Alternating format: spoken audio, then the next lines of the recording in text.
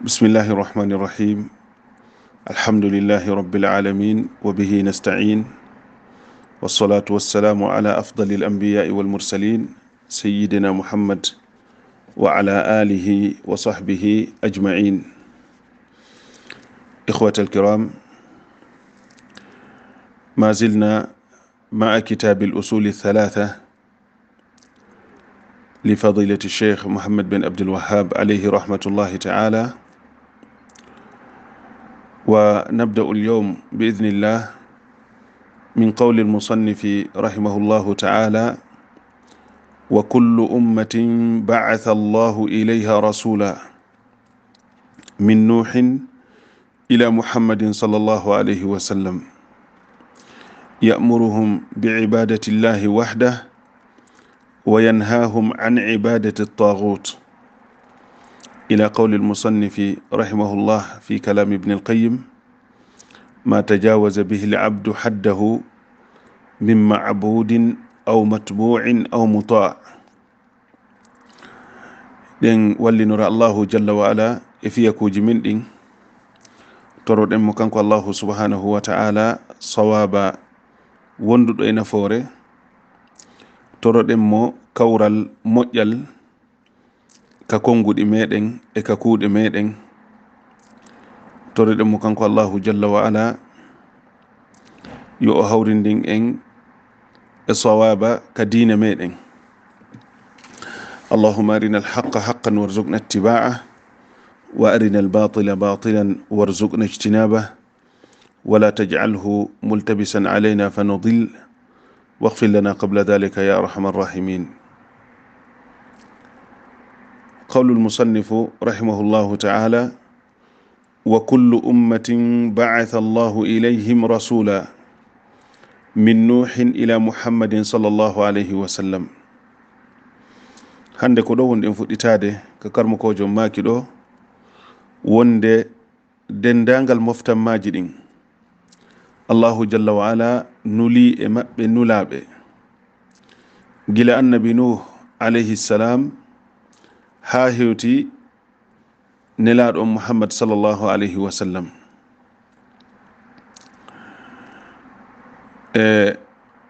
hiɗen geli e darsi meɗen feƴƴuɗo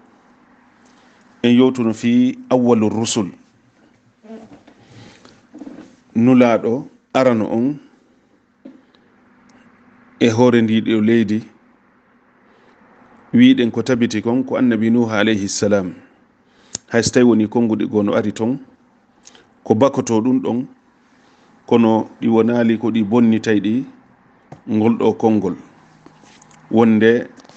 nulaɗo adaɗo nelede on ka hoore leydi ko annabi nuh alayhi salatu wassalam. wiɗen noon adama alayhi salam ko kanko woni awwalu nabi, kanko woni annabajo arano on ɓe allahu jalla wa ala wahyini e dow muɗum, kono waajo tageefo ngon tindina ɓe e welayeji allahu jalla wa ala ɗin. amma annabi nuh tawno hakkunde makko e adama alayhi salam ko 10 qurun, ko ɗum woni girele 10, yirde kala wiɗen ko duuɓi temedere laabi 10 ko duuɓi wulure, ko ɗi wonno hakkunde annabi nuh e annabi adama alayhi salam. idan annabi nuh alayhi salam ɓayti woni o nelama, nelaɓe boyi arti ɓawo makko ha hewti nelaɗo muhammad sallallahu alayhi wa sallam. ko ƴetteten e yewtere nden ɗo ko wonde ɓen ɗon fof nulaɓe, ɓen ɗon fof annabaɓe e adadu maɓɓe no ɓe foti, e ɓe nulama e moftanmaji aditiɗi en. wono allahu jalla wa ala wi'ir non ka qur'an: inna arsalnaka bilhaqqi bashira wa nadhira wa in min ummatin illa khala fiha nadhir, wa in min ummatin illa khala fiha nadhir. ala e mofte e nder moftanmaji feƴƴuɗi ɗin si wona nulama e maɓɓe jertinowo ɗum woni annabajo, kono tindina ɓe e lawol allahu jalla wa ala ngol. idan ko honɗum woni muhimmatu haula'i rusul, ko honɗum ni himme ɓeɗo nulaɓe Allahu jalla wa ala, ko honɗum woni objectif nulugol ɓe ngol e jiyaɓe ɓen. Yaqulu al-musannifu rahimahullah ya'muruhum bi'ibadati llahi wahdah wa huwa at-tawhid. Objectif ko nuli kon nulaɓe ɓen e tage fo Allahu on gon, ko yoɓe yamir jiyaɓe ɓen yoɓe rew Allahu jalla wa ala kanko tun har ɓe kafidalimo e goɗɗo goo maɗum e goɗɗum goo. Yani ko jangunoɗa ko ya abdallah ko wiyete kon al-ibada, ko karmo ko ɓe wima kon huwa al-ismu al-jami' li kulli ma yuhibbuhu Allahu wa yardah min al-aqwali wal a'mal al-zahirati wal batina. Wono jolliri non e kongol Cheikh al-Islam bin Taymiyyah rahimahullah, wonde kala konko tawata hino weltina Allahu jalla wa ala, yani ko iwrata e jiyaɗo waɗanede mo kanko Allahu subhanahu wa ta'ala, ɗum ɗon ko ibada wiyete. Cheikh Muhammad bin Abdul Wahhab ɓe raɓɓinɗinaki ka fuɗɗorde deftere maɓɓe ɓanginangol makko honɗum wiyete al-ibada, addanama mise muɗum, yani anwa'ul ibada, noneji dewe kaddu'a was-sujud wal-istighatha wal-isti'ana wat-tawakkul wal-mahabba e ko nandi tatay ɗiɗo fo ɗi jangunoɗen e fuɗɗorde nde ɗo deftere. Ko ɗin ɗo woni ko innete kon ko ibada, yani ko dewe. Joni noon ɗeɗo dewe fo yo taw hara an jiyaɗo on ko ya wuuru fi waɗangol ɗeɗo Allahu jalla wa ala tun hara a kafidalimo e goɗɗo goo ma e goɗɗum goo e ɗen ɗon dewe e noneji dewe ɗen fo. Wono Allahu jalla wa ala wiiri noon ka Qur'an, wa ma arsalna min qablika min rasul illa nuhi ilayhi annahu la ilaha illa ana fa'budun. Min nulali adomaɗo Muhammad immorde e nelaɗo hay e goto, si wona men wahyinayi e makko yo yeeto yimɓe ɓen wonde reweteɗo hay e goto ala si wona Allahu jalla wa ala, ko kanko tun woni ko rewete. illa nuhi ilayhi annahu la ilaha illa ana fa'budun. Idan ko ɗum ɗo woni muhimmatu rusul, ko yamirgol jiyaɓe ɓen yoɓe noddu e kaɗo dina fiyo Allahu jalla wa ala tun rewe. En yewtino ñanden fi nelaɗon sallallahu alayhi wa sallam wiɗen e nder duuɓi 10 ɗiɓe waɗi ɗi Makka kamɓe nelaɗon sallallahu alayhi wa sallam ɓe jillidirali ɗum ɗo e gollal go'o, yani e duuɓi 10 arani ɗi Makka ɓe noddali si wona faade e oɗo tawhid e rentingol faade shirku billahi jalla wa ala.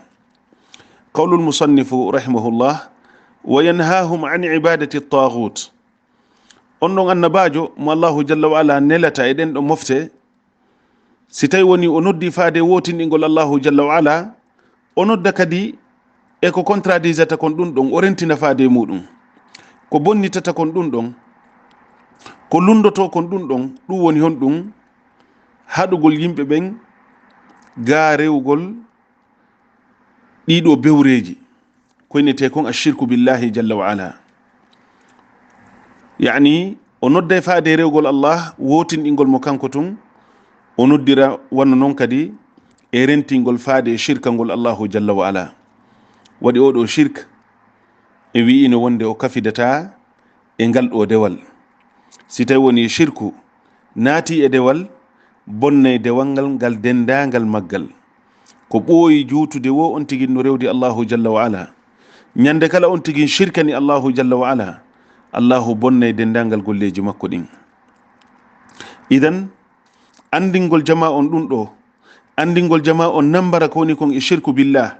wonde neɗɗo si tawi woni o mayidi e shirku hara o tuubali, Allahu jalla wa ala yafotako mo hande kadi. inna Allaha la yaghfiru an yushraka bihi wa yaghfiru ma duna dhalika liman yasha. Andingol yimɓe ɓen wonde neɗɗo si tawi woni o mayidi e shirku billah haray o harminanama natugol ka aljanna. innahu man yushrik billah faqad harrama Allahu alayhi aljanna wa ma'wahu an-nar wa ma lidh-dhalimina min ansar. Andingol yimɓe ɓen ɗum ɗo wonde goɗɗo si o maayi tawi ko shirkanayɗo allahu jalla wa ala o maydali o maayi hara o tubanali allah, aljanna on harmanimo, werde makko nden ka yiite, so nadama ka yiite o yaltintaki toon hande kadi. andingol yimɓe ɓen ɗum ɗo ɗum no jeyano e muhimmatu rusul e faandude nelugol ɓeɗo nulaɓe allahu jalla wa ala e tagefa ngon. allahu jalla wa ala holli en ɗum nokku ko adresi e nelaɗon sallllahu alayhi wa sallam, o tuggi kolngol e makko o wi'i kanko allahu jalla wa ala: walaqad uhiya ilayka wa ila alladhina min qablik la in ashrakta la yahbatanna amaluk wala takunanna min alkhasirin. gonɗi wahaynama e maɗo e muhammad wono wahyirina noon e ɓen aditinoɓe ma e nulaɓe e annabaɓe, wonde onon e hoore mon si tawi woni on shirkani allahu jalla wa ala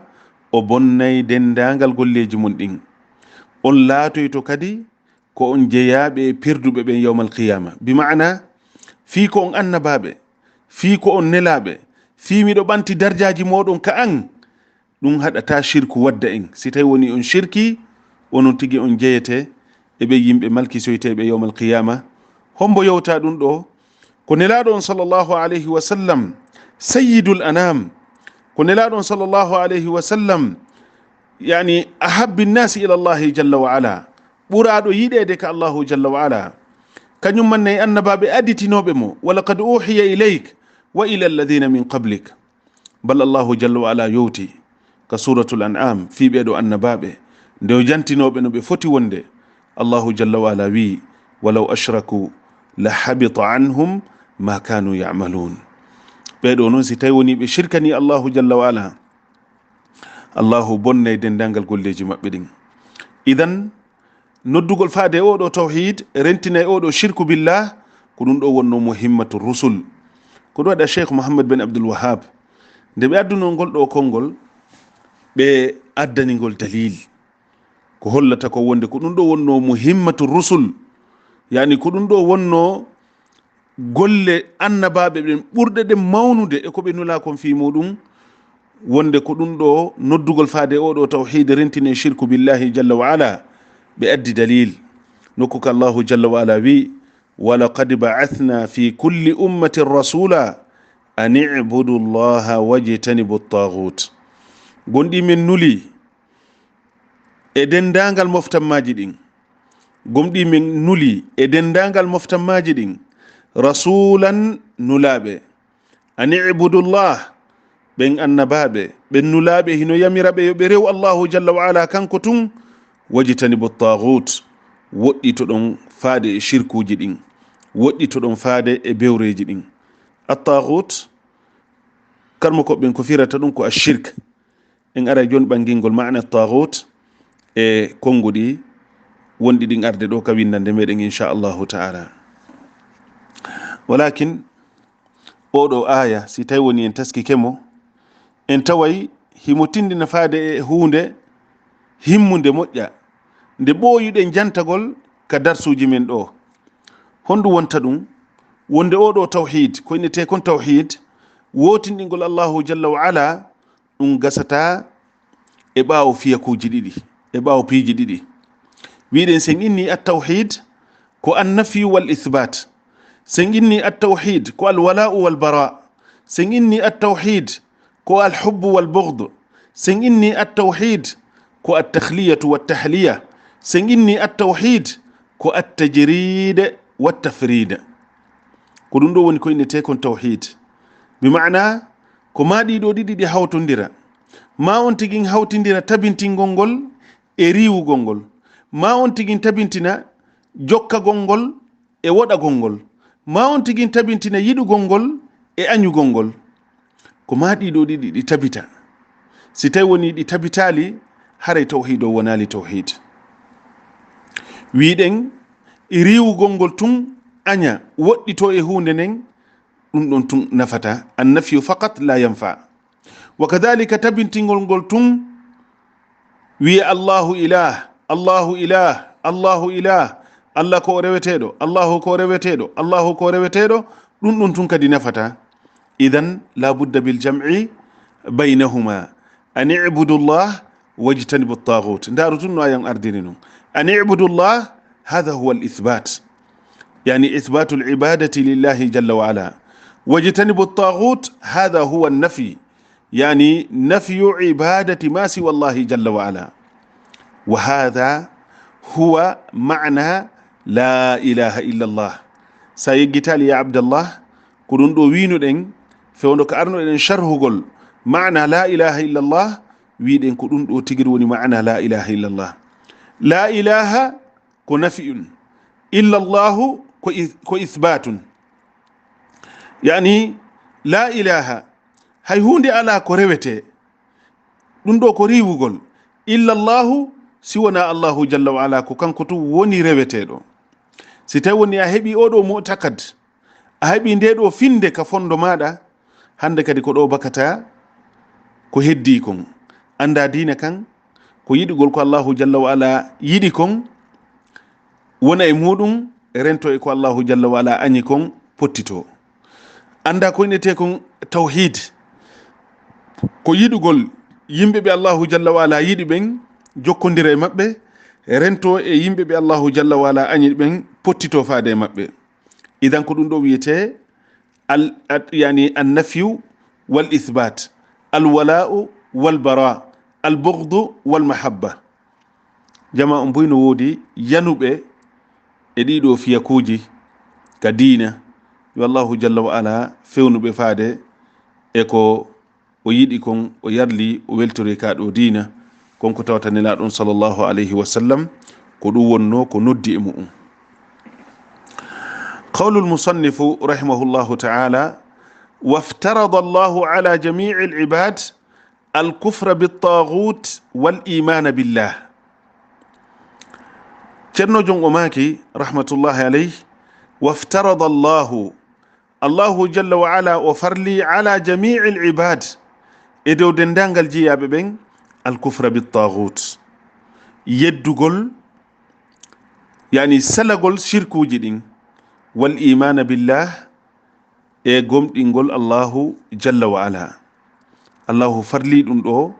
e dow dendangal jiyaɓe ɓen wiɗen nane ko ɗum ɗo wonno ko annabaɓe noddi e muɗum lidhalika yaqulu lulama fi hada أن الشيخ أعاد كلامه السابق بصيغة أخرى لحرصه رحمة الله عليه على ترسيخ هذا الأمر الجلل في نفوس الخلق حرصا لهم على الخير العظيم وهو الثبوت على أعظم ما أمر الله تعالى به وهو التوحيد وكذلك التخلي عن أعظم ما نهى الله عز وجل عنه وهو الشرك بالله جل وعلا كرمكم بماكي ngol kongol ngol Sheikh Muhammad bin Abdul Wahhab artiri ɗo wi'igol waftarada Allahu ala jami'i al-ibad al-kufra bit-taghuti wal imana billah ɓe maki ɗum ɗo ko tikrar kadma ko ɓe maki ɗum ɗo ko fillitagol kongol feƴƴungol ngol tigini se wi wonde nulaɓe Allahu jalla wa ala ɓen ko addi ɓe ko oɗo muhimma ɗum woni ad-da'watu ila at-tawhid wa at-tahdhir min ash-shirk ko noddugol faade wotiningol Allahu jalla wa ala rentine e shirku billah se wi ko ɗum ɗo woni muhimmatu rusul e ko ɗum ɓe filliti kamɓe Cheikh Muhammad bin Abdul Wahhab ɗo ɓe maaki wonde Allahu jalla wa ala farli e dow jiyaɓe ɓen fof ko ɗum woni salagol ko wiyete kon keferagu ngun salagol ko wiyete kon shirku billah woɗɗito shirku aña shirku woɗɗito yimɓe shirku aña yimɓe shirku billah rento e kala laawol noddengol goɗɗo faade e shirku billah tara hada muhimu jiddan no woodi piiji ɗi tawata wona ɗi shirk kono tawa ko ɗi laawi noddayɗi faade e shirk bi mana si tawi woni a naati e ɗi laawi ko seeɗa seeɗa ɓadorta e shirk haa wonta mushrikum billahi wal iyadu billah idan neɗɗon o woɗɗitoto e ɗiɗo piiji wakadhalika o gomɗina Allahu jalla wa ala gomɗinal tawhid ɗum woni tawa hay e goto o kafidata e Allahu jalla wa ala e dendanigal noneji dewe ɗen idan cheikhun kun ɓe fillitani ɗum ɗo ko ɓe fillitanto sifa ɗin ɗo piiji ɓe waɗa yaha ara e muɗum ko fi ɓeydugol tabintingol tutugol oɗo tawhid ka fondoji jiyaɓe ɓen ceerno no yiɗuno ɗum no yiɗanno ɗum tagi fo allahu jalla wa ala ngon yoɓe tabitu e nde ɗo moƴƴere mawnude nde tawata moƴƴere mawna ɓuri nde ɗo ko allahu jalla wa ala. ɗum woni tabitugol e oɗo tawhid e rentingol kadi faade e oɗo shirk bone ɓurɗo mawnude ko allahu jalla wa ala rentini kon tawde neɗɗo si tawi woni o maydi e ɗum ɗo haray o harminanama natugol aljanna. yo allahu jalla wa ala dandu en yanugol faade oɗo bakkatu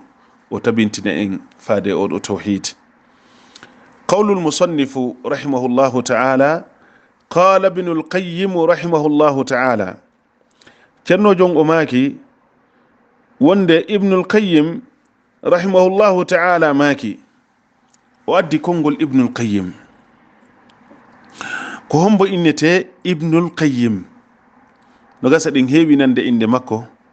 ka muhadaraji ma ka khutbaji ma ka defte ma hiɗen heewi hawrugol e defte makko ɗe windi kanko rahmatullahi ta'ala alayh. ibnul qayyim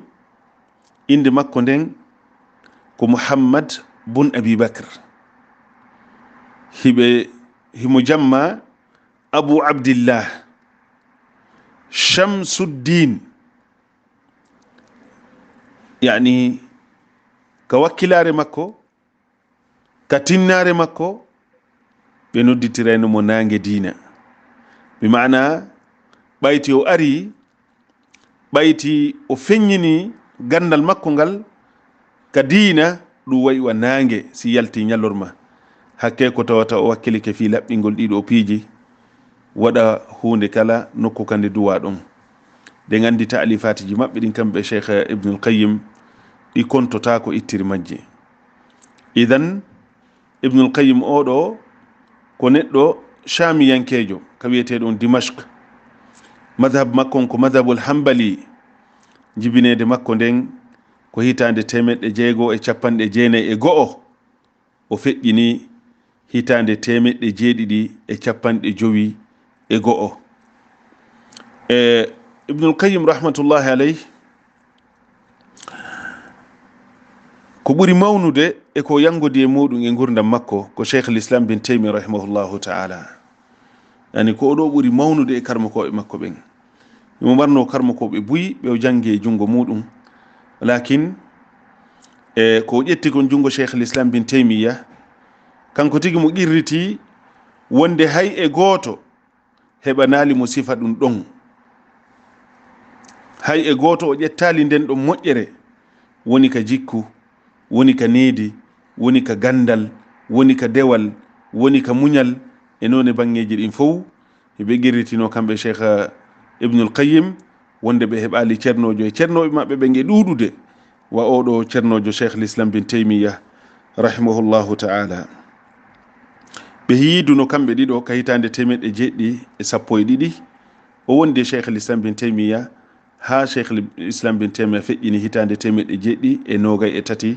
firgu nelaɗon sallllahu alayhi wa sallam. waɗi sa daari a taway fayda ko ɓe wondi kon kamɓe ɗiɗo hino ɓuri duuɓi 18 wondigal maɓɓe ngal ibnul qayyim e cheikh l'islam bin taymiya rahimahullah. yani no woodi ibnul qayyim ka deftere makko annuniya, deftere wiyetende alkafiyatu shafiya lil intisar lil firqati najiya.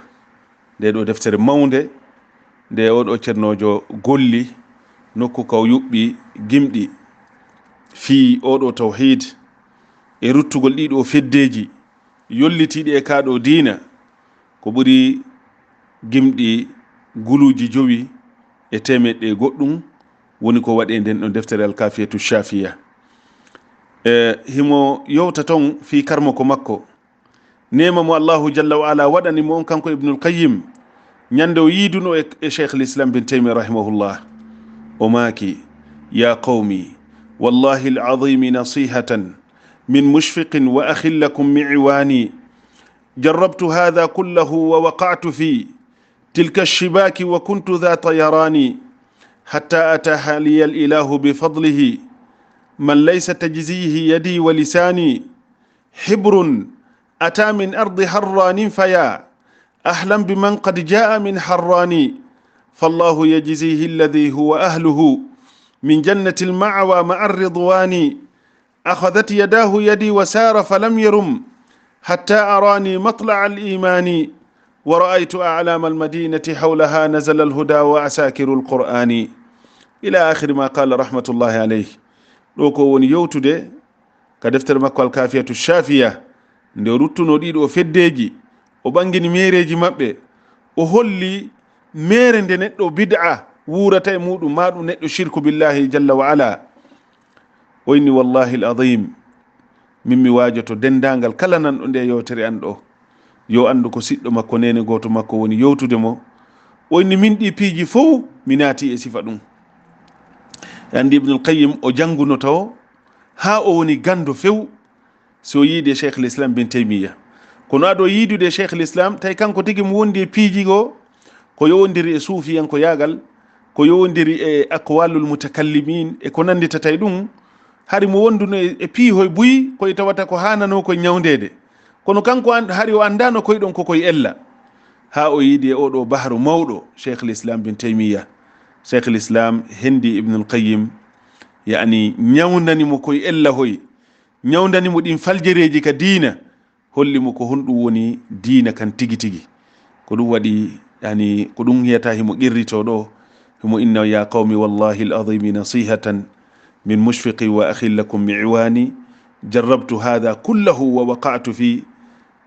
tilka shibaki wa kuntu dha tayarani hatta ataha liya ilahu bi fadlihi man laysa tajzihi yadi wa lisani. idan ɗo ko qirritagol moƴƴere nde Cheikh l'Islam bin Taymiya waɗanimo nden kanko Ibnul Qayyim. Ibnul Qayyim o sertali Cheikh l'Islam bin Taymiya rahimahullah fodde gurdam maɓɓe ɗam fof gila ñande o yino Ibnu Taymiya yitere makko iwali e Ibnu Taymiya. Ibnu Taymiya tippali teppere o itti siwona Ibnul Qayyim wattay e hoore teppere makko nden o jaɓali ɓe serta waɗi o yirimo gandal luggungal o yirimo needi timmudi o yirimo muñal muutingal e yondinare e yaafagol gaño muɗum o yirimo dewal Allahu jalla wa ala toppitagol rewgol Allahu hara fowtaki na ñallal mungal na jemma mum on. o yirimo ɗiɗo piiji kawaseji fof o wawali iwde ɓawo makko kanko Ibnul Qayyim rahimahullahu ta'ala. fewndo Ibnul Qayyim yani fewndo Ibnu Taymiya nangano o soka sakkitorde gurdam makko ɗe gandi Ibnu Taymiya yani yawno ha tawi ayɓe ɓen ɗuuɗi e hoore makko haalaji ɗin ɗuuɗi e hoore makko lanɗo on yani ndaari tawi moƴƴere alana Cheikh l'Islam si wona waɗugol mo e nokku eto o deƴƴita ka nokkure ɗon o acca jindugol o acca waɗi hatti ɓe watti sakkagol Cheikh l'Islam bin Taymiya ka laawi ɓe watti yani jokkugol mo e nokkeli kaw yata ɗon ɓe jokkitamo faalede warugol mo lanɗon no huli woto Cheikh l'Islam bin Taymiya warireni e hoore lawol mande hari jama on no yiɗuno Ibnu Taymiya moƴƴa jama on no teddinnomo fi kala himo marno ayɓe mayo koyneten kon no yiɓɓe foti o ko noon kadi ayɓe fotirta. idan lanɗon sakkito ɗum o yamirimo yo wonu e nokku gotum o naade mo e suudu ko noon Cheikh l'Islam bin Taymiya woni yimɓe ɓen no arde jangga e jungo makko ƴetta darsuji koni tun kanko himo haɗa yaltugol e nden nokkure ɗon ko ɗon o woni kanko Cheikh l'Islam bin Taymiya ha o feƴƴini. idan fewndo ɗum ɗon har mo wonduno Ibnul Qayyim fewndo ɓe nangunomo ɓe nangidunomo Ibnul Qayyim rahmatullahi alayhi ɓe fof maɓɓe ɓe wondi ton ha Ibnu Taymiya feƴƴini wonti ɗon seeɗa ɓe acciti Ibnul Qayyim rahimahullahu ta'ala. idan ko ɗum ɗo wonno yani ko ɓe feƴƴini kon kamɓe ɗiɗo ko ɗum waɗi neɗɗo wona heɓugol makko ayɓe tun kono toñamo ma ko hino wowlamo ma ko hino aybinamo wona ɗum ɗon woni ko ɗuytata kon darja makko on yani Allahu jalla wa ala nde yewtuno fi annabaɓe makko ɓen o wino wa kadhalika ja'alna li kulli nabiyyin aduwan min almujrimin ko ni men waɗirani annabaɓe ɓen fof gaño immorde yimɓe bandiɓe ɓe andanɗa hoore ma ɓe hulata Allahu jalla wa ala hulata ñu'ugol goɗɗo hulata toñugol goɗɗo hulata fefindagol e hoore goɗɗo ko on tigui alda e muɗum taw ko sabu fiitu waddugol mo e yiɓɓe makko fiitum waddugol mo e laamuji fiitu yo o nangue fiitu yo soke fiitu yo duɗal makko ferme fiitu yo o tampine e lorde no woodi yimɓe waɗayɓe ɗum annabaɓen feƴƴini sifa muɗum. ko ɗum waɗi cheikh l'islam bin Taymiyya rahimahullah en nanayi wonde ɓe tampinano ɓe sokano ko juuti, yani laabiji buyi ɓe sokede ɓe yaltine ɓe soke ɓe yaltine e karmakoɓe ɓe wuriduno buyi e maɓɓe immino kontor cheikh l'islam bin Taymiyya rahimahullahu taala. si mini noon karmakoɓe buyi yani ko yimɓe ɓe wonduno tawnoɓe hino naati e manhajuji bonɗi ka diina, wono o suufiyanko e noneji mum fof, wa kadhalika o asha'ira ɓe nanten inni alfirqatul ash'ariya ɓe kadi hari no woduno fewndon tuma moƴƴa noon, wa kadhalika almalahida no woduno e tawti ɗon kadi o bile e o ndure e ko nanditata e ɗi piiji ɗo fof hari ɗum fof no woduno. waɗi sa ndaari mas'ala mo cheikh l'islam bin Taymiyya yani nangira on fi muɗum, ma wiye mas'alaji ko ɓe nangira kon fi muɗum, yani a taway wona ko jaruno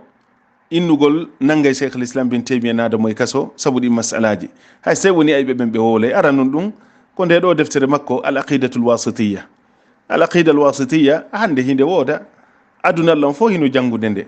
kono hay e gooto hattanaka wiigol o littay ella e nder nden ɗon deftere neɗɗo annduɗo e ko woni, neɗɗo tawɗo hino wuuri alal kitabi wa sunna ala manhaji salafil umma. amma yaltuɗo e ɗum ɗon deftere nden fof nde wona e ayiɓe yeeso makko, kono neɗɗo wuuruɗo e dow ko selli kon ka diina o wawata littugol ella hay e gooto e nden ɗon deftere. hinde wooda hande nde janngede e nder aduna on fof. ko ɗum waɗi ɓayti cheikh l'islam bin Taymiyya windi nden ɗon deftere ayɓe ɓen darike ɓe wullitike hoore makko ka laamuji ala ko ɓe waɗali, ɓe jooɗi no ɓe ñaawi ɓe addi deftere nden. cheikh l'islam bin Taymiyya fooli ɓe, o inni ɓe kadi ñande ɓe sertayno, o inni hino ɗo deftere nden kala adduɗo komi waɗi kon ɗo, kala adduɗo ko lundi ɗum ɗo minal kitabi wa sunna, ma ɗum ko lundi ɗum ɗo e faamu salafu salih, haray mi ittay komi waɗi kon ka deftere en. o jonni ɓe duuɓi tati kanko cheikh l'islam bin Taymiyya, duuɓi tati yoɓe ɗaɓɓi to ɓe addana mo, hay e gooto notaki noddandu non, lakin gaño ko gaño tun. o kadalika deftere ɗimmire nde o winduno ɓe yani e makko kadi ɓe lorrimo, deftere wiyetede al fatwa al hamawiyya. nden ɗon kay deftere hinde woodi machallahu taala, hinde janngede hande aduna fof, kono neɗɗo dambotoɗo ka diina alal kitabi wa sunna o wawata wiide o hiya nder ton si wona ko tabiti alal kitabi wa sunna. wa kadhalika no jeeya ko nangirano kanko cheikh l'islam bin Taymiyya fi oɗo neɗɗo kefeero ibnu arabi oɗo suufiyankejo yawnoɗo ha yeddi allahu jalla wa ala e fewndu zamanu makko. karmakoɓe zamanu makko fof fottani wonde ko duwaɗo warede o nanga o wara. ibnu arabi yani cheikh l'islam bin Taymiyya ɓayti arti ɓawo ɗum yoyi defte makko ɗe o windi, yani wano kitabul fusus e ko nanditata ɗum, tawi ko konnguɗi keferago won ton ɓaytoni cheikh l'islam bin Taymiyya wowli ɗum.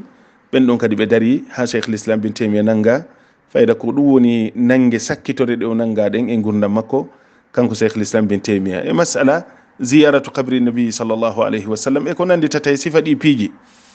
yani wiigol yahay waɗa ziyara qabru nelaɗon sallllahu alayhi wa sallam, hara ko on tigui faandi yani argol madina ko fi digi ɗum ɗon tun, sifa ɗi masalaji e ko nantata ɗi haray wonno ko tampinno cheikh l'islam bin Taymiyya. kono anduɗo gonga fof no andi koɓe maaki kon ko ɗum ɗo woni gonga kanka diina, lakin gaño on ko gaño. ko ɗum waɗi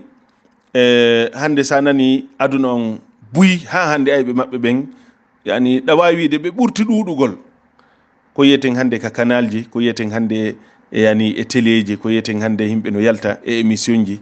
wowla sabota cheikh l'islam bin Taymiyya ko angal andugol gonga. ko ɗum waɗi yo Allah yurmi ibnu hajar al asqalani rahmatullahi alayhi al hafid,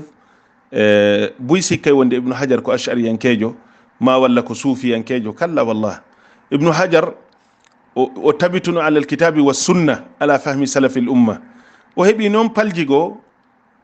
ko woni ko yiya ka defte makko, yani ko yowdirta e tawilu sifatillah, tawilu ba'd sifat, yani o waɗi tawil sifaji goo wona sifaji ɗin fof. woɓɓe sikkira ɗum wonde hari ko ash'ari, lakin ibnu hajar o wonali ash'ariyankejo.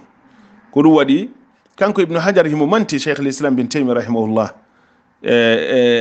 deftere wiyetende arraddul wafir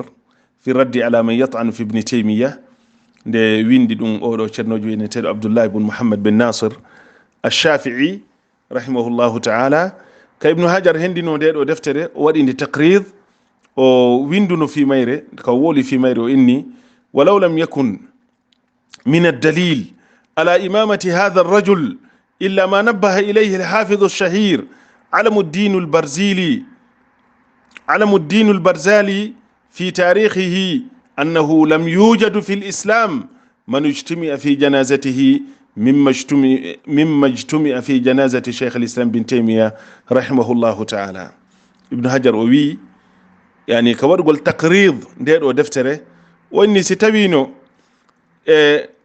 ستوينو يونالي كوتنديني إمام ياغل شيخ الإسلام بن تيمية سيوناكو oɗo ceernojo mawɗo Alamuddin al-Barzali ko wi kon wonde e nder tarikh al-islam on andaka hay e gooto mbo yimɓe mooɓi e fatunde muɗum ha hewti cheikh al-islam bin Taymiya o hiɓɓidiri ɗum hay e fatunde al-imam Ahmad ibn Hanbal waɗi ɗum ɗon ko tindirano ɗum ko jama on ɗuɗuno kon kamayde ibn Hanbal Ahmad ibn Hanbal kono ɓe inni yimɓe ko noti kon mayde cheikh al-islam bin Taymiya ɓe notoranoki noon hay kamayde إمام أحمد بن حنبل رحمه الله تعالى. كذلك ابن حجر مؤنتين أوي ولو لم يكن للشيخ تقي الدين ابن تيمية إلا تلميذه ابن قيم الجوزية صاحب التصانيف النافعة لكان غاية في الدلالة على عظم منزلته. وإني كانكو ابن حجر وند ستوين شيخ الإسلام بن تيمية وهبالي hay hunde ko tindini e ɓural makko si wona tawde tun o acci oɗo jangana kujo makko Ibnu Qayyim al-Jawziyya woni ɗum ɗon tun hino yonno ko tindini e mawnugol Cheikh al-Islam bin Taymiya. idan Ibnu al-Qayyim mo Cheikh Muhammad bin Abdul Wahhab woni on jantade ɗo fi muɗum yani ko jangana kujo Cheikh al-Islam bin Taymiya ko ɗum waɗi fayda mi acci ɗon yewtugol fi Ibnu al-Qayyim mi yewta fi karama ko makko waɗi neɗɗo yani ndiyan ɗan ko kaɗan ƴooga ɗon ndiyan ɗan ko ɗan ƴooga ɗon kamɓe ɗiɗo ɓe tampina no moƴƴa ɓe sonja ko foti noon ɓe lorra ka wawota ko sifade gurdam maɓɓe ɗan fof yani woni lorra jungo ɓeɗo yimɓe bid'a ɓeɗo ayɓe dariɓe fi leyli wan nahar hino jokki fi liɓugol fi maɓɓe ɓe fowtake e jungo maɓɓe ha Cheikh al-Islam bin Taymiya kamɓe ɓe lutti hiɓe nanga ko ɓe kasaɓe ɓe lutti e muɗum ɓe feƴƴini Ibnul Qayyim ɓaytoni karma ko makko feƴƴini ɓe yaltinimo. lakin Ibnul Qayyim himo yewti fi Cheikh al-Islam bin Taymiya yewtereji ɗi tawata wallahi sa nani ɗi a luttay mijitagol fi majji gurdam maɗa fof. Ibnu Taymiya noon wona wigol de ko jangana ko ɓe makko ɓen tun bal ko hay ayɓe makko ɓen jokkunoɓe mo ɓen lorrimo fefindi e hoore makko toñimo yeyi waddidirimo e laamuji ala ka ɓisalimo ɓen ɗon fof hiɓe qirritino ɓural Cheikh al-Islam bin Taymiya rahimahullahu ta'ala. ko ɗum waɗi ndaaru gaño makko ɓurɗo mawnude e ayɓe Cheikh al-Islam bin Taymiya wiyeteɗo Ibnu Makhluf yeƴƴito yaw yiltoɗa ka deftere al-Bidaya wan Nihaya Ibn Kathir. Ibnu Kathir no filli konngol oɗo Ibnu Makhluf. Ibnu Makhluf o ko kanko e Ibnu Kathir e wonduno. Ibnu Kathir, Ibnu Taymiya, Ibnul Qayyim ɓeɗo fof ko kamɓe wonno nokku gotum al-Dhahabi al-Mizzi kamɓe fof wuriduno e zamanu goto. Ibnu Kathir no anduno oɗo Ibnu Makhluf oɗo o wi yani himo wolde fi Ibnu Taymiya o inni ma ra'ayna mithla ibn Taymiya harradna alayhi falam naqdir alayhi wa qadara alayna fa safa anna wa hajaja anna. fewndo oɗo lanɗo wiyeteɗo al-Malik an-Nasir hari ko lanɗo tedduɗo yiɗunoɗo diina yiɗunoɗo gonga ka diina oɗo hari no yiɗuno Cheikh al-Islam bin Taymiya moƴƴa noon ayɓe ɓen ala ko haɓɓitanoki ɓe wadday ɓe lakin oɗo hari mo renuno Cheikh al-Islam ko o toñaɗo mo renuno kadi gandal Cheikh al-Islam bin Taymiya ngal ko ɗum waɗi o yiɗuno Ibnu Taymiya ha feƴƴiti o waɗani Ibnu Taymiya kala ko Ibnu Taymiya faleteno kadi o waɗaneno Ibnu Taymiya ko ɗum waɗi ɓe raɗino oɗo lanɗo ɓe waɗi kudeta e dow makko ɓay o artoyi o hettiti laamu makko ngun o nodduno Cheikh al-Islam bin Taymiya o inni sonjaji ko wonaɗa sonjede kon fof ko ayɓe ma woni fefindade e hoore ma. o inni min noon komi faala ko ya yamiran sa yamirilan mi warayɓe ɓe fof maɓɓe goto goto. fewnon tuma karma ko ɓe lendin fof huluno ayɓe cheikh l'islam bin taymiya ɓe fof ɓe naadi hoore hari ɓe teddinano ɓe waɗa ministre ɓe waɗa ka justice ji ɓe waɗa kamɓe wonno e sifa ɗin piiji lakin ɓe fof maɓɓe ɓe moɓodirno ɓe yani ɓe huuli ha ɓe faala yani mutude ka leydi hakke ko ɓe hulno o lanɗo ɓay o arti ɓe andi kamɓe fof hawtuno janfimo ɓe lorri kadi cheikh l'islam bin taymiya ko ɗum waɗi ɓay o noddi cheikh l'islam yo cheikh l'islam ɓirrito ko o tooña kon wullito e hoore maɓɓe kanko lanɗon o wareɓe ɓe fof maɓɓe cheikh l'islam bin taymiya jeejuno mo ha yimɓe ɓen fof seedi ko cheikh l'islam darudi kon e oɗo lanɗo no inna terto ɓe wallahi komi woni kon e muɗum hiɓe andi ko gonga Allah jarriboyke ɓe tun yoɓe salo gonga kan e hoore ɓe andi terto ɓe sa wari ɓeɗo fof haray a wari jomiraɓe gande ɓen ka hoore leydi cheikh l'islam bin taymiya jaɓali ko ɗum oɗo ibnu makhlouf o qirriti woni ma ra'ayna mithla ibni taymiya min yi'ali sifa ibnu taymiya harradna alayhi falam naqdir alayhi min rewi reweteɗen fop fi gaynugol fi makko min heɓali feere makko kono kanko nde o heɓuno feere amen yehi ha tawi ko kanko e laamu ngu wontidi joni kanko tawi ko kanko jeejanta min tubana men ka laamu ngun hara bone hay hunde hewtali men ɗo ko ayɓe makko ɓen tigi tigi woni qirritade ɗo fi ko feƴƴi kon hakkude maɓɓe ibnu qayyim rahimahullahu taala kanko ti ko ɗum o wooli woni wa kana badu ashabihi l akabir ɗo hari mo yewtude fi karma ko makko ibnu taymiya woni wa kana badu ashabihi l akabir yaquluna wadidtu anni li ashabi mithlahu li a'daihi wa khusumi wa ma ra'aytuhu yad'u ala ahadin minhum qat wa kana yad'u lahum ibnu al-qayyim o wi ibnu taymiya hari jaatigi yani moko baɓe ɓe wondayno ɓen tigi tigi no qirritaninomo ɓe wi'ayno woɓɓe maɓɓe wi'ayno hiɓe yeli si allahu on arsi kayɓe ɓe wonana yiɓɓe maɓɓe ɓen ka cheikh l'islam bin taymiya wonanno ɗon ayɓe mum ɓen hakke ko tawata ibnu taymiya no moƴƴotono e ayɓe makko ɓen himo jokkotonoɓe himo muññotonoɓe himo yaafotonoɓe ɓenna menen ko waɗanta ayɓe ma ɓen minen min wawata waɗande ɗum yiɓɓe amen ɓen ibnul qayyim o inni wa ma ra'aytuhu yad'u ala ahadin minhum qat mi yi'ali himo toro allahu e goto e hoore hay e goto o huuɗa on tigi ma o ɗumanno ko ɓe waɗaynomo kon fof hari o torotano ko allahu jalla wa ala e dow maɓɓe ani si wona neɗɗo goto on ɗon o feññinno ngaygun ha feƴƴiti o faalano ɗum ɗon hari ko goto e karmakoɓe kanko lamminano justice on fewde on tuma ɓayti o yii wonde cheikh l'islam bin taymiya foolimo ka teren hoore ko añi kon fof ibnu taymiya o mooɓi karmakoɓe lendin fof e hoore ibnu taymiya si ɓe jooɗi ke munadara ibnu taymiya lancay mbatu ngun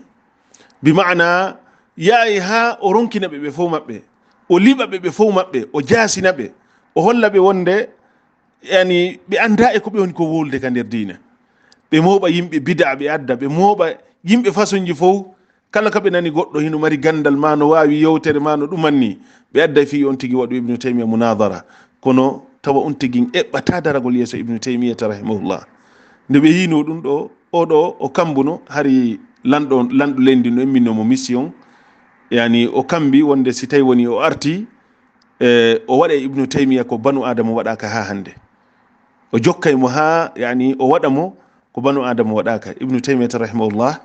on ɗon yani ibnu kathir no qirri wonde o torino allahu jalla wa ala wota allah hollindirɓe ɓawo ɗum ɗon ibnu taymiya tori allah wota allah on hollindirɓe ɓayo inni si o yahi ari o waɗaymo ɗum ɗo e ɗum ɗo e ɗum ɗo ibnu taymiya tori wota allah on hollindirɓe ɓawo nden ñande on kawo yahuno o maayoy ton yani buyno wino wonde ko du'a ibnu taymiya on allahu jalla wa ala jaabini e hoore makko idan ko raɓɓiɗi kon ibnul qayyim ko janngana kojo ibnu taymiyata mo o wuuridi e muɗum o laɓɓinanimo wondigal ngal o yiɗi ibnu taymiya gurdan ko ɓuri ko ɓiɗɗo hiɗata ben muɗum o yiɗi ibnu taymiya yani giggol ngol tawata ngol wawata ko sifade o yiɗali noon ibnu taymiya e hoore mere o jinganali ibnu taymiya e hoore fenande o ndaaru o tawi ibnu taymiya koye hoore gonga woni ko alal kitabi wa sunna o woni noddude o ndaari ɓe ayɓe ibnu taymiya fof o tawi ko imma suufiyankojo ma ɗum shi'ajo ma ɗum mulhidajo e ko nandi tata sifa ɓeɗo yimɓe o ñiiɓe kaɗo dina jokki feddeji o laɓɓinani ibnu taymiya giggol o wondi ibnu taymiya ha ibnu taymiya feƴƴini e juuɗe makko ka nder kaso hari ɓe soka kamɓe ɗiɗo e allahu jalla wa ala yarloɓe o waɗa jannatul firdaus werde mabɓe. Idan cheikh mouhammad bin abdoul wahab rahimahullah o annintini en ɗo fi ibnul qayyim ko ɗum addi en yewtude yewtere ɗo fof yani en juutini seeɗa kono yewtugol fiiɓe ko juuti o wona ko juuti sabu yani koɓe koode allahu jalla wa ala tagi ko jama on ɗowray kaɗo dina ko nangue ɓe wonno jalbinanaygue yimɓe ɓen bi mana ko pitilol ɓe wonno ko ɗowata yimɓe ɓen faade konko malnata ɓe fi dunia wal akhira ɓe accitani ɗum kadi ɓe yangani ɗum ha allahu jalla wa ala ƴettiti ɓe e hoore soñdiaji e tampereji ko ɓe naɓi fof ɓe yiltitorali ɓaawo fiyo ɓe maayu ɓe acca gonga kan no tabiti allahu jalla wa ala hino rewirede gonga kan ka hoore leydi ko sabu ɗum le waɗi hande yani siɗen jangude ɗo enen ɗo deftere mouhammad bin abdoul wahab ɗen andi gande makko ɗe o jangi ɗen defte ɗe o ɓuri ɗen jangude karmokoɓe ɓe o ɓuri ɓen jangande ko imam ahmad bun hambal e imam malik en karmokoɓe salaf ɓen e ibnu taymiya e ibnul qayyim kanko tigi cheikh mouhammad bin abdoul wahab himo wowli ɗum. Idan allahu jalla wa ala funtini nde ɗo moƴƴere ɓaawo maɓɓe e yani nde juuri aduna allah on fof kon ɗum ibnul qayyim wowli qala almusannif rahimahullah mana taghut ma tajawaza bihi labdu haddahu min mabudin aw matbu'in aw muta'. ibnul qayyim o inni ko honɗum woni attaghut mana taghut ko woni taghut ma tajawaza bihi labdu haddahu ko konko jiyaɗon feƴƴintiniri keerol muɗum woni koko rewete maɗum ko jokkete maɗum ko ɗoftete. ngol konngol ibnul qayyim ɗo mi daaringol tawi ko kitab deftere makko kitabu ilamil muwaqqi'in ko ɗo woni ko addi ngol ɗo konngol ta'rifu taghut andingol ko wiyete kon at-taghut yani si arabu inni at-taghut ko ma'khudun min at-tughyan noy wasan inni fa'alut ma san inni malakut yani ko wazn makko on non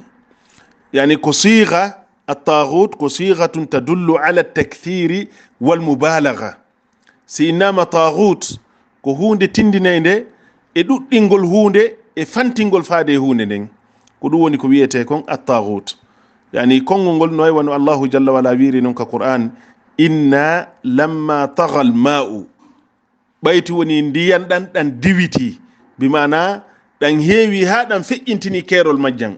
نكو ونو يوتو في halkugol yimɓe annabi nuhu alayhi salam ɗen andi ndiyan ɗan arno maaje ɗen heewi ha hibbika hoore leydi ha leydi fuu mayri ndi heewi ndiyan ha pelle ɗen ɗe muti. idan ɓayti woni ɗan ndiyan ɗon ɗan yawti keerol majjan on allahu jalla wa ala sifori ɗan yani nde ɗo bewre inna lamma tagal ma. idan si tawi woni sen faami ɗo wonde ko enete kon attaghut ma yadullu ala almubalagha fi mujawazati alhad ko ɗum woni fantingol fi yawtugol keerol hunde nden en faamay ko ɗum cheikh l'islam mouhammad bin abdoul wahab faandi yawtugol en ɗo fi attaghut yani taghut ko neɗɗo yedduɗo allahu jalla wa ala feƴƴintini keerol ngol yedde allahu ha feƴƴintina keerol ngol no anda keefeero fof e maɗum shirkowo fof o yeddi allahu jalla wa ala walakin goɗɗo si o yeehi ha o innama taghut haray geddi makko ɗi yeehi ha feƴƴiti e keerol ko wontuma o innete taghut ko ɗum waɗi ibnul qayyim o inni ma tajawaza bihi l abdu haddahu ko konko neɗɗanke on yawtiniri keerol muɗum woni koko rewete maɗum koko jokkete maɗum koko ɗoftete tagu allahu jalla wa ala ngu fof maggu ko reway ngu wona rewetengu ko allahu on tagi kon fof gila malaika ɓen dow ha hewti jinnaji ɗin ha hewti yimɓe ɓen e leɗɗe e kaaƴe ɗum ɗo fof ko reway ɗum allahu jalla wa ala. si tawi woni goɗɗo goo wayliti ɗum ɗo o ƴetti ko rewata ɗo allah o watti ɗum rewete ɗum kañum tigiri haray o waɗi nden hunde ɗon taghut ko ɗum ɗo woni définition raɓɓiɗi ɗon fiya faamu ko enete kon attaghut. ceerno jon o maaki min ma'bud kala ko rewete woni ko leɗɗe kaaƴe malaika jinna ɗum ɗo fof ko reway ɗum allahu jalla wala sa sappike gotel e ɗum ɗo a wi ɗum ɗon ko rewete ɗum haray a waɗi nden hunde ɗon tahut bi mana a feƴƴintininde e keerol mayre on a waɗinde kande duwaka a hewtininde e nokku kande hewta ko nde rewaynode allahu sa wattinde kayre tigi rewetende haray a feƴƴintini keerol ngol ko ɗum ceernojo maki aw matbu ma ɗum ko jokkete karmo koɓɓe no firtira ɗum ɗo wonde ko karmo koɓɓe woni ko o faandi ɗo kanko cheikh mouhammad bin abdoul wahab yani karmo kojo hino mari keerol ngol allahu waɗani ngal karmo kojo ko on ɗum ko yo jokke e keeri ɗi allahu jalla wa ala shar'ini ɗin wona yo yalte e nder ɗum si tawi woni karmo kojo fannihimo e keerol ngol allahu jalla wa ala keeringol ka nder diina ɗum woni yamiraɗi ɗi allahu jalla wa ala yamiri ɗin e haɗaɗi ɗi allahu jalla wa ala haɗi ɗin fannihimo yamirde e nder ɗiɗo haɗay ko yo jokke kono si on tigi yalti e nder ɗiɗo keeri o ƴetti ko allahu harmini kon o dagini ma o ƴetti ko allahu jalla wa ala dagini kon o harmini haɗay oɗo karmokojo o yalti e keerol ngol idan si a jokkimo e konko o yawti ɗon haɗay a waɗimo tahut karmokojo si ari ɗo o harmini ko allahu dagini a jaɓanimo ɗum a iwtiri ɓawo makko ma ɗum e o dagini ko allahu jalla wa ala harmini a jokkimo e ɗum ɗon haɗay a waɗi on karmokojo ɗon tahut ko ɗum ɗon fiyo en faamu ɗen andi karmokoɓɓen allahu jalla wa ala hino waɗani ɓe teddungal allahu hino waɗani ɓe ɓural mawnugal amman huwa qanitun ana alleyli sajidan wa qa'ima yahdaru al-akhirata wa yarju rahmata rabbih qul hal yastawi alladhina ya'lamun walladhina la ya'lamun innama yatadhakkaru ulul albab nelaɗum sallllahu alayhi wa sallam ɓe maki hadith ibrahim bin abdurrahman al-udhri o maki wonde nelaɗum sallllahu alayhi wa sallam ɓe makino ɓe makuno yahmilu hadha al-ilma min kulli khalafin uduluhu yanfuna anhu ta'wil al-jahilin wa intihal al-mubtilin wa tahrif al-ghalin wano jangirɗen nen kadi hadith abi darda radiyallahu anhu kaw yewti en fi ɓural ɓeɗo karmokoɓe ka allahu jalla wa ala teddungal ngal allahu jalla wa ala teddini ɓeɗo karmokoɓe hadith mo jangunuɗen man salaka tariqan yatlubu fihi ilman salaka allahu bihi tariqan min turuqi aljanna wa inna almalaikata la tadaa ajnihataha ridan li talibi alilm wa inna alalima la yastaghfiru lahu man fi lsamawati wa man fi l ard walhitanu fi jawfi lma ɗiɗo konguɗi haka hadith on hatti wonde hay malaikaɓe allahu jalla wa ala ɓen ɓe weƴƴitay gabitanji maɓɓe ɗin ka leydi karmokoɓɓen yani ka teddingol karmokoɓɓen tawa koye hoore ɗin gabitanji woni ko ɓe yahata ko hay liƴƴi ɗin ka nder maayo du'anto taalibaɓe ɓen ka hoore leydi sabu ko ɓe woni kon noddude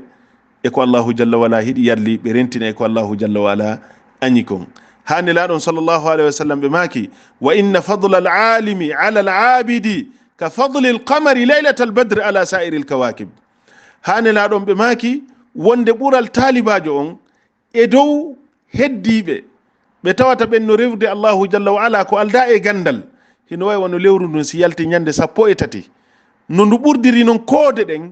jalbugol ko noon yani karmokojo kadi ɓurdiri yimɓe heddiɓe ɓe ala ɓe gandal tawno rewdi allahu jalla wa ala idan himo mari daraja mawɗo kono noon o daraja makko mo mari ɗo fof koye si tawi woni kanko tigi himoy ko allahu jalla wa ala yamiri kon himoye ko allahu jalla wa ala haɗi kon kono so yalti e ngol ɗon keerol o woni yamirgol ko allahu haɗi ma o woni haɗugol ko allahu on yamiri kon haray sa jokkimo e ɗum ɗon haray a waɗimo tahut idan ko ɗum ceernojon o wi aw matbu inna almuallima wattabiba kilayhima la yansahani idha huma lam yukrama fasbir li da'ika in ahanta tabibahu wasbir li jahlika in jafawta muallima idan ko yo teddine kono teddungal ngal ko yo taw hino heƴi e keerol ɗoftare nen ka diina aw muta wa kadhalika yani neɗɗo ɗofteteɗo karmo koɓɓen ɓe winnayi aw muta'in ko fandi ɗo kanko ibnul qayyim ko lamɓe ɓen lanɗo ko ɗofteteɗo karmo kojo ko jokketeɗo ñentine lanɗo ko ɗofteteɗo so yamiri ko yo waɗe so haɗi ko yo acce kono yo taw hara ɗum yawtali e keerol diina kan lanɗo wona yo o yedde, wona yo o salane, wona yo jaggite hoore makko, walakin koyo taw hara himo e ko Allahu jalla wa ala yamiri kon, o yamira ko Allahu yamiri kon, o haɗa ko Allahu jalla wa ala haɗi kon, o ɗofte e hoore ɗum ɗon. Kono si tawi woni kanko lanɗon o yehi ha tawi o daginay ko Allahu jalla wa ala harmini kon, ma ɗum o harminay ko Allahu jalla wa ala dagini kon, sa ɗoftike mo e hoore ɗum ɗon, haray a waɗi on lanɗo ɗon tahutu maɗa, haray a waɗi on lanɗo ɗon tahutu maɗa. Idan en faami ɗo ko inete kon tahut ko ɓenta kon ka arabe ko ismu jins, yani ko inde nde tawata buyi soray e mayre, yani kala ko taga kon fof, kala ko taga kon fof sa itti hunde nden tun e place mayre, a waɗinde e place kande duwaka, kande hewtali, a yawtininde keerol diina kan, a wattinde rewetende, ɗoftetende ko Allahu jalla wala haɗi kon, ɗoftetende yani jokketende ko Allahu jalla wala harmini kon, haray a waɗi nden hunde ɗon tahut, woni hunde kala hunde, haray kon ɗum woni mana tahut. Joni noon tahutuji ɗin hiɗi ɓurda, ko ɗum waɗi e darse men aray ɗo en aray ɓangingol mana tahut, kon ɗo wonata darse meɗen sakkitoro e nde ɗo deftere yani sharhul usuli thalatha inchallahu taala. هذا وصلى الله على نبينا محمد وعلى آله وصحبه أجمعين.